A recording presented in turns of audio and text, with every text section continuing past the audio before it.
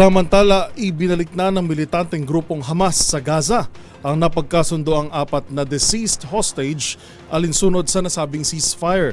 Ngunit isa sa mga ito hindi raw kabilang sa listahan ng kanilang mga nadakip. Yan at iba pang mga napapanahong balita mula sa iba't ibang panig ng mundo sa Global Headlines Report ni James Galange. Pinalaya na ng militanteng grupong Hamas ang 4 na deceased hostages na huling hawak nito mula sa Gaza. Ngunit napag-alaman dito na hindi match ang isa sa mga binihag at hindi kabilang sa mga nadakip sa rehiyon.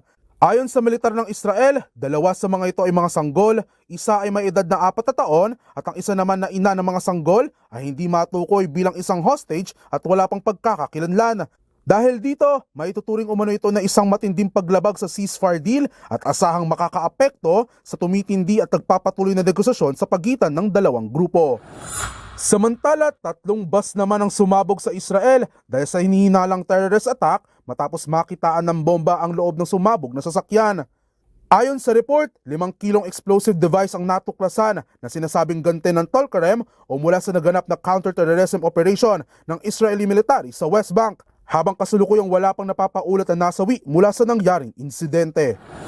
Sa iba pang balita, patay naman ang 6 na elepante sa Sri Lanka matapos masagasaan ng isang tren. 2 namang iba pang elepante ang sugatan at kasulukuyang ginagamot ng mga otoridad.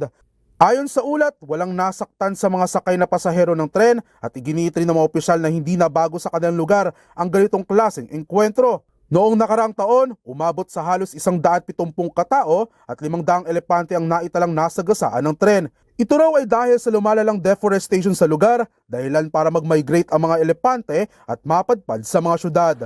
At yan naman nakalap nating balita mula sa iba't ibang panig ng mundo. Para sa MBC TV Network News, ito si James Galange ng DZRH TV, una sa Pilipinas, una sa Pilipino.